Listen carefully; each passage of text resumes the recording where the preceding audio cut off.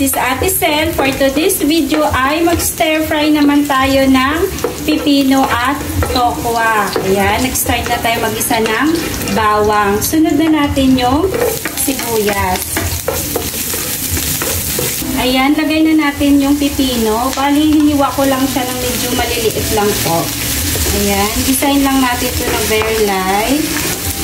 Ayan, mekos-mekos lang natin. Season lang natin ng paminta powder, toyo. Tatakpan lang natin ng ilang minuto.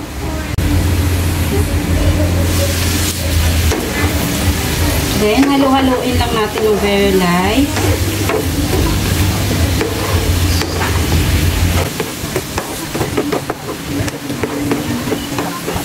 Maglagay lang tayo dito ng konting tubig, guys.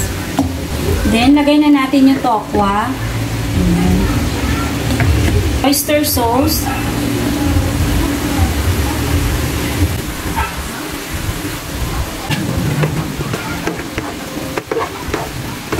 Ayan, maglagay tayo ng onion, chop na siling haba, dahon ng sibuyas at bell pepper. Then, haluin lang natin ng very light. Then, huwag kalimutan tikman para ma-adjust yung lasa kung may kulang. Sarap na po siya, guys. And that's it. This is Ate Sel.